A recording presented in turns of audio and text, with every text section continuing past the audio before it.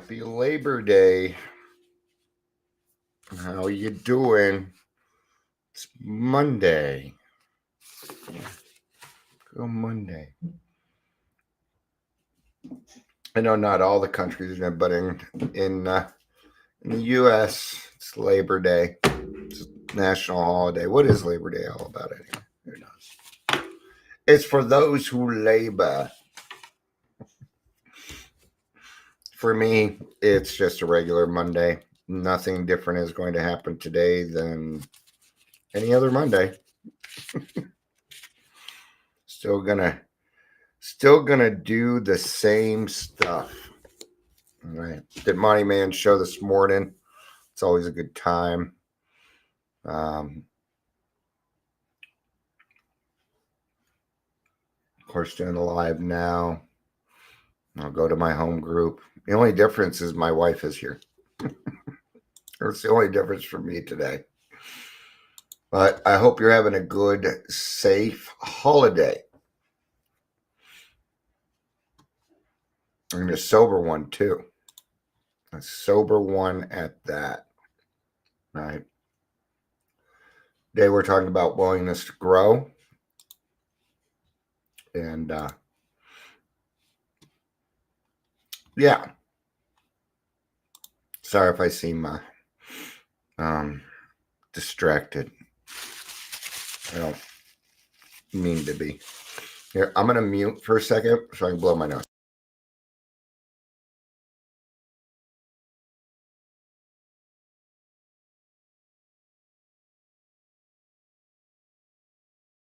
All right. That's a faux pas. You're not supposed to do that while you're...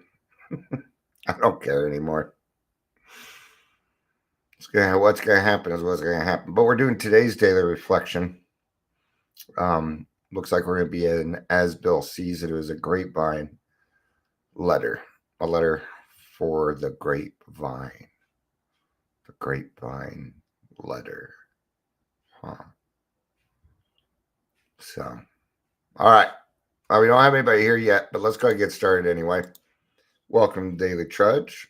My name's Dion. Well, everybody's probably in their noon meetings and stuff right now. And out of town.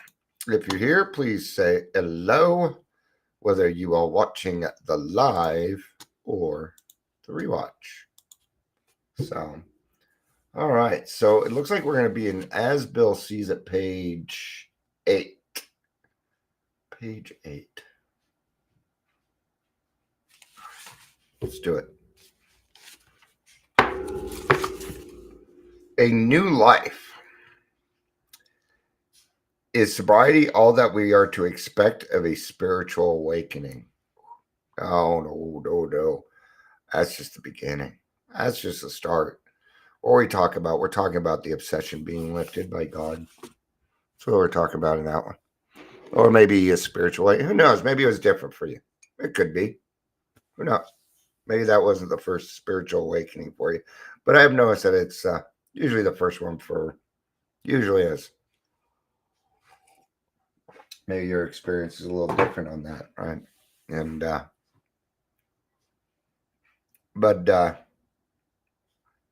yeah, let's just get to the next line, see what we got here. No, it is only a bare beginning. It is only the first gift of the first awakening. Well, as I dropped the book, I got it. If more gifts are to be received, our awakening has to go on. And how's our awakening going to go on? Well, this is going to be the work that we put into the program, your meetings, talking with other people in the program, helping people out. Heck, you can get a spiritual awakening out of going around and pouring coffee in people's cups. You can. Yeah. It's usually getting out of self that these awakenings happen. It's when I remove myself from the playing field in this situation that the awakenings start to happen. It is when I get too caught up in my own head that things start to get muddled and other things, right? So as it does go on, we find that bit by bit we can discard the old life, the one that did not work, for a new life that can and does work under any conditions, whatever. And we need that, don't we? We need that. We need those conditions. We need to be okay under any condition. And why is that important? Well, because I do not have a mental defense against sometimes I will not have a mental defense against the first drink. So I'm pretty sure God still steps in every now and again and stops that from happening, because he knows it's not what I want. I don't want to drink. Well, let me put it this way. I do want the effects that brought on by alcohol, kinda, but I don't want any of the consequences. I'm not willing to take any consequences from drinking anymore. I'm not willing to do. Right? Now, we stay sober a day at a time. It's how we do things. You don't have to think of this as a forever thing. I found that most of us get to a point where, like, not drinking the rest of my life, just the sound of that doesn't bother me anymore, because I don't want to.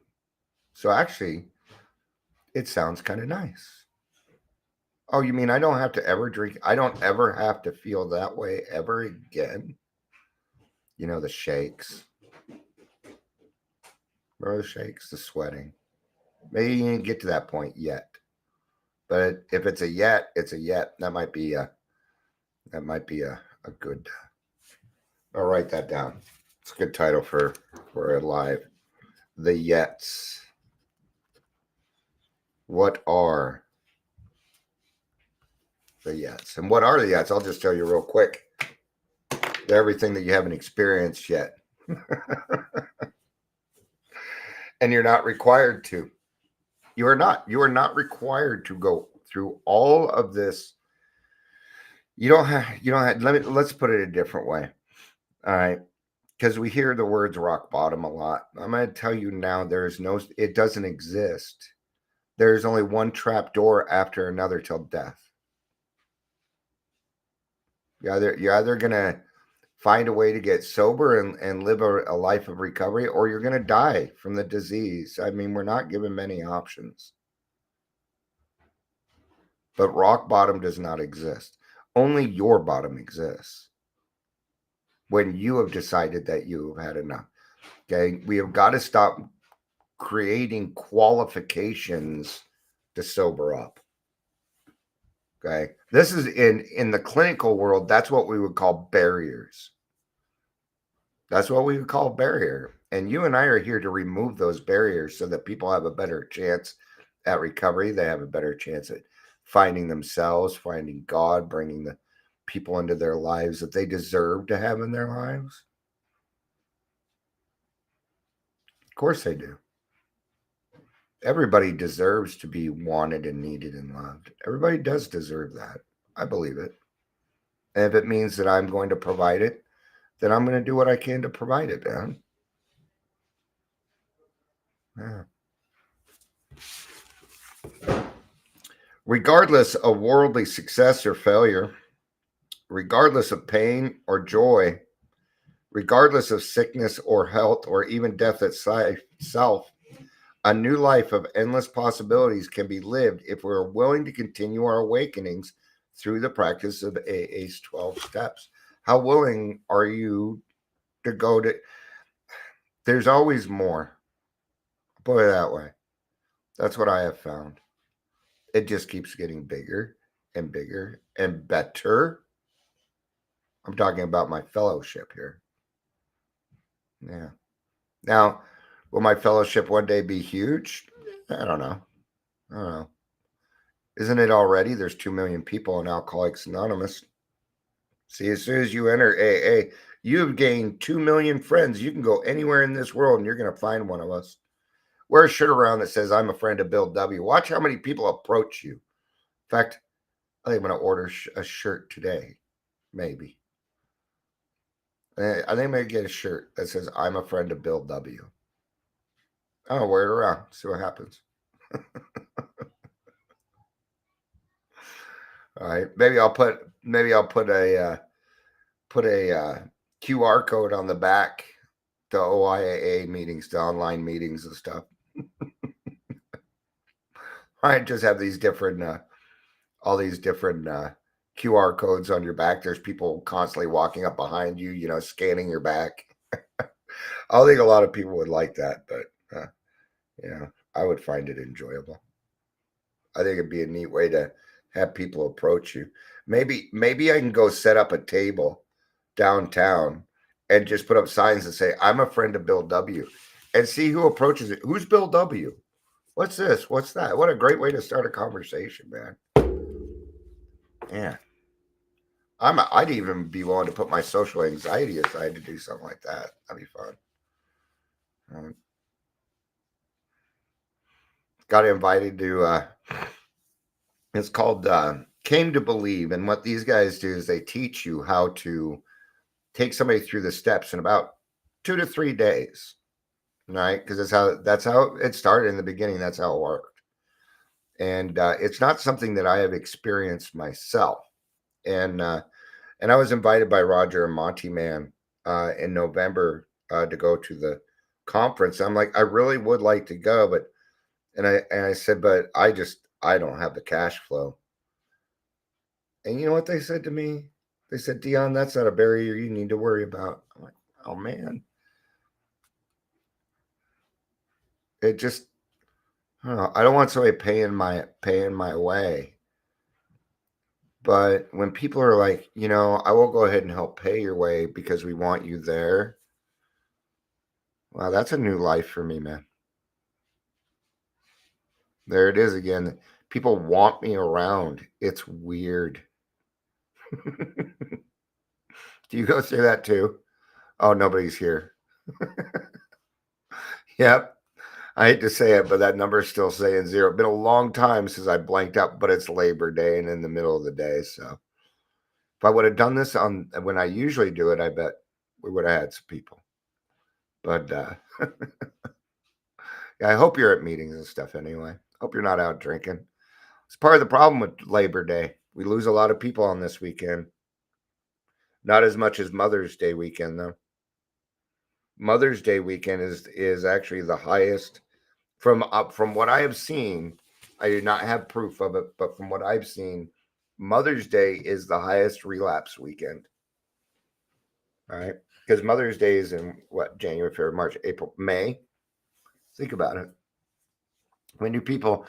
The biggest relapse times is usually between 90 days and 6 months, because that's when you really start feeling better. That's when the program starts taking effect, and then Mother's Day falls right into that. Well, excitement is what gets them. Yeah, I tend to, not for myself, but I tend to fear the holidays a little bit because I know that we're going to lose some people, which is kind of tough. We never like to let that happen. I don't think I've met anybody that I was glad that they weren't in AA anymore. I don't think I've been through that. Sure, a lot of people annoy or irritate me or whatever, but at the same time, they're just as much, why should they not be there? What did I say earlier? Everybody deserves to be wanted, needed, and loved. Yeah. Don't keep searching. Don't give up. Maybe you're a chronic relapser like I was. Right. So I was in detox 22 times in 2 years, and I shit you not. It's still hard for me to believe, but a counselor confronted me on it. That's the only reason I know. I didn't keep track. I was just trying to get sober.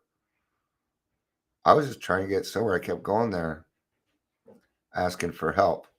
Right. And it took me 2 years to get out. But I found another addiction in relapsing. I got addicted to that frothy emotional appeal that hope that starts in the beginning. Right? Kind of like the song by the Eagles, After the Thrill Is Gone. How, you got into a relationship and there was a lot of thrills in the beginning, and then those begin to fade away. So what do you do after the thrill is gone?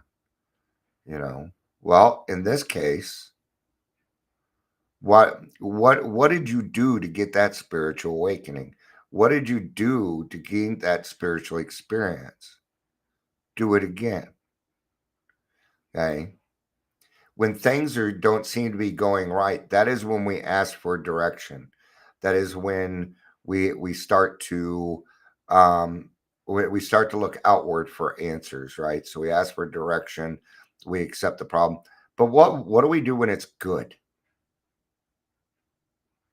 Because you don't really have to solve a problem there, do you? Because excitement isn't a problem. Well, any emotion overdone by an alcoholic is bad news. That includes excitement. Now, that doesn't mean I don't want you to be in a good mood. That's not what I'm saying. So, what do we do when it comes to excitement? Double down on God. Go do what you just did. Go repeat what you did. And that should keep you away from the drink. That'll be because what are you going to get out of it? Well, you had that spiritual experience probably because you helped another person. So, if you get out of yourself and you go help another person, you are going to experience that again. This is insanity in reverse. Doing the same thing over and over again, expecting the same result. Yes. That turns into sanity. All right. Because we're not expecting a different result now. We know the result that we're going to get out of helping another person. So, bad feelings, we search for why. We come up with a solution. Good feelings, double down on God. But both of these are going to require action. And the best action is intensive work with other alcoholics. It's the best action, not the only one. Okay. Well, Dion, I haven't finished the program. I can't go. Yeah, yes, you can. Sure, you can. I like the way my friend Amber describes it. Her sponsor told her at a week, now you can go out and help people. Now you can go out and help people. And she's like, but I got 7 days. I don't know what I'm doing. And he brought up some good point. And you know where to get a big book. You know how to find an AA meeting. You know how to do the first step. Yes, you can help people. You know how to pour coffee. You know how to read from a big book. You know how to read the daily reply. See, I had named off a bunch of things that you could do. Yeah. Expand your mind. All right, let's do the reflection portion on this, and then we're going to wrap it up. I'll probably be back in a little bit just because I will be. I'll probably do what are the yets. So, a little bit of repeating here. If more gifts are to be received, our awakening has to go on. As Bill sees it, page 8. Sobriety fills the painful hole in the soul that my alcoholism created. So, that God-sized hole. Now, you know what I'm talking about, that pit, that big open pit in your stomach that nothing seems to fill. Mine was there way before I started drinking. It's that hole was always there. Okay. So my God-sized hole, and for this person, maybe it happened afterwards. But for me, for a lot of us, it was there way before. And I used alcohol to try and fill it. See, for a long time, alcohol was my higher power. I believed in it. I had faith in it. It was always there for me. It answered me whenever I called, whenever I asked it for help. It was there, ready and available. So in the beginning, when I was drinking, I had faith. I had faith that the alcohol was going to numb me so I didn't have to feel the feelings. And even to this day, some days I'm like, I just don't want to feel feelings today. That can't really be avoided. So what do I do on those days? I go back to basics. Steps 1, 2, and 3. Yeah. They're foundation steps for a reason. Some days, all I have is steps 1, 2, and 3, and that's okay. I can still find peace and serenity in those days because I have a good foundation. Now the days that I'm doing well, those are the days I work on my foundation so that the days that I'm not doing so well, I have a good foundation. And what do I do? For me, it's about consistency. I do the same things almost every day. Now, is that going to get boring? It might. So spice it up with then do something a little different. You know, but you know, I I have a pattern. All right. Now, I have to be flexible in that pattern, or people will come along and disrupt my day, and I'll get all pissy about it. That's the one in the beginning. That was the one thing that just irritated the hell out of me, interrupting my personal time. It was something I was very, very selfish about, and I still kind of am. Yeah, I decompress every day, at least 2 hours. And what is decompression? I'll tell you what I do. I play video games or I watch shows I've watched before. So I don't have to think about it. I'm just tuning my mind out. I need that distraction. I need the distraction. I usually play games with a lot of puzzles in them. Right now, I'm playing Spider Man. Right. So I have to think a little bit, but puzzles are pretty straightforward for me usually. But then what am I doing? Well, then I'm challenging myself, learning new things. Well, this goes this way, that goes that way. Well, how's this puzzle going? And see what that does. It separates my mind so my subconscious can work on the things that it needs to work on. Yeah. Works out well for me. Yeah. Maybe just go sit in the backyard for 15, 20 minutes. Now, I'm fortunate in the fact that, my children are grown. They don't really need my attention. So that might work different for you. That'll change when you get older. That'll change.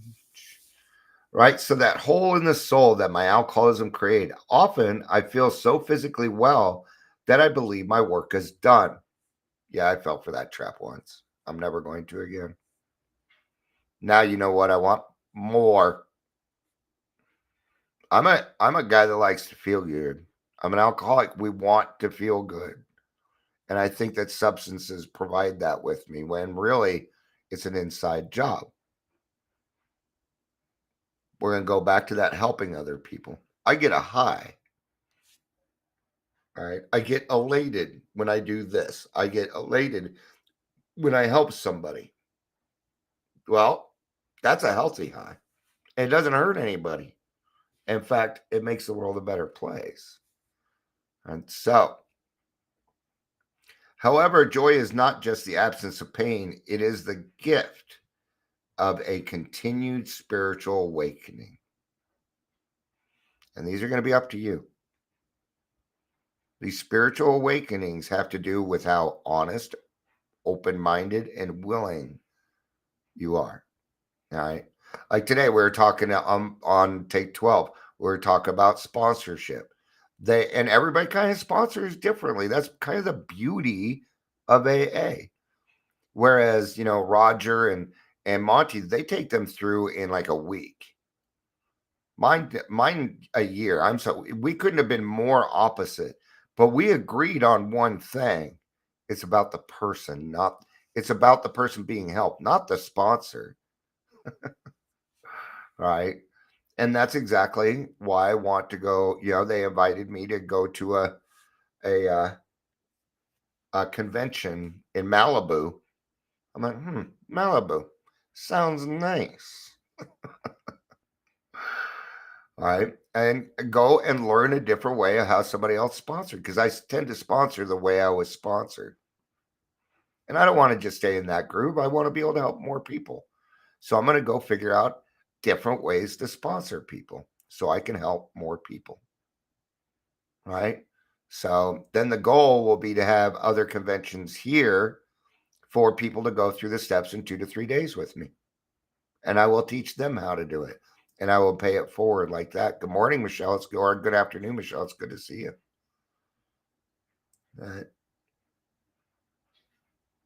Joy comes from the ongoing active study, as well as the application of the principles of my recovery in my everyday life, and from sharing that experience with others. Yeah, got to give it away. Of course, I'm wrapping up, and now everybody's showing up. I am. I'm kind of wrapping up here. So, unless you guys beg me to stay and do something else.